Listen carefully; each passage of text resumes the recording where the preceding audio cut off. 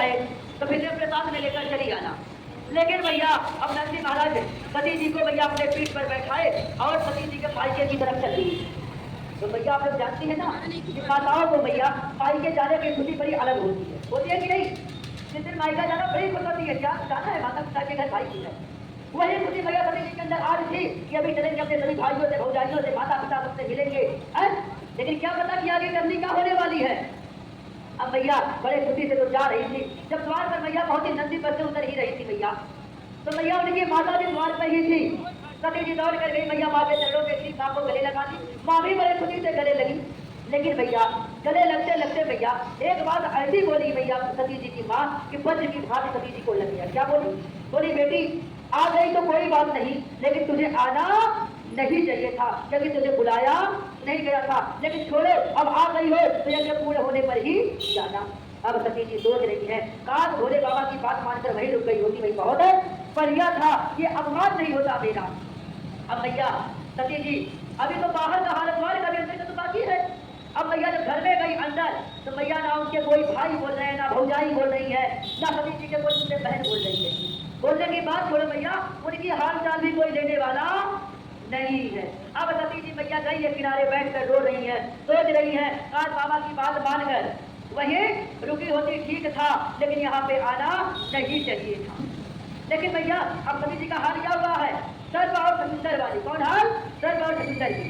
जैसे सर्व भैया समुंदर पर स्पर्श कर मुंह में दिन ले, अब भैया जब ना समुंदर को खा सकता है ना बाहर निकाल सकता है। और यहाँ सती जी का है कि ना सती जी यहाँ रुक सकती है और ना बाबा के घर जा सकती है। सोच रही कहते हैं तो हो जाए तुरंत यहाँ से भाग जाओ।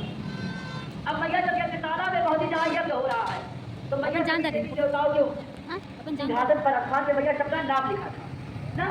तो भैया सती जी भैया एक तरफ से अपना स्थान खोलना प्रारंभ की, पूरा खोल डाली, ना तो कहीं भोले बाबा का नाम था और ना तो कहीं सती जी का नाम था। भैया बाबा को सती जी को बड़ा दुख हुआ कि हमें बैठने का भी स्थान यहाँ पे नहीं है।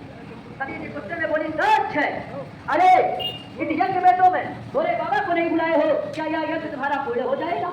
इतनी बात सुनते भैया सच खड़ा हुआ और बाबा को अनेक गालियां देने लगा, अनेक शब्द बोलने लगा।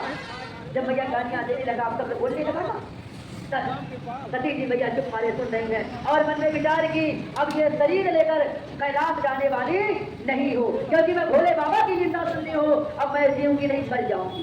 माता जी भैया आत्मदाह करने के लिए जो यज्ञशाला में बड़ा सा भैया यज्ञ में लकड़ियां चल रही थी होती देने के लिए उसी हवन कुंड में गई भैया और भैया खम करे पूरी क्यों भैया जन्म हुई अपनी में सती जी कूदी भैया अपनी भैया करके मारे भैया भैया करके खुद भाग गई। बोली है सती भैया हमें क्षमा करो, यदि हम तुम्हें जला देंगे तो बाबा हमें जलाकर खत्म कर देंगे, किसी ने तुम्हें जलाने वाली नहीं है। सती जी बोली आप नहीं जलाओगी तो मैं खुद योगा शक्ति से जलकर खत्म हो जाऊंगी, लेकिन खत्म जरूर होगी। भैया माता जी चलकर वहीं पे भक्त हो गए कार्यों को त्याग दी। जब नंदी महाराज ने हमारी सती भैया जलकर खत्म हो गई तुरंत भैया लेते हुए नंदी महाराज पहुंचे कैलाश पहुंचने के बाद भैया बाबा से बोले बाबा बहुत बड़ा अनर्थ हो गया। बाबा बोले क्या हुआ नंदी महाराज बोले बाबा सती भैया आत्मदाह कर ली, दक्ष गया हमारे कुंड में जलकर खत्म हो गई।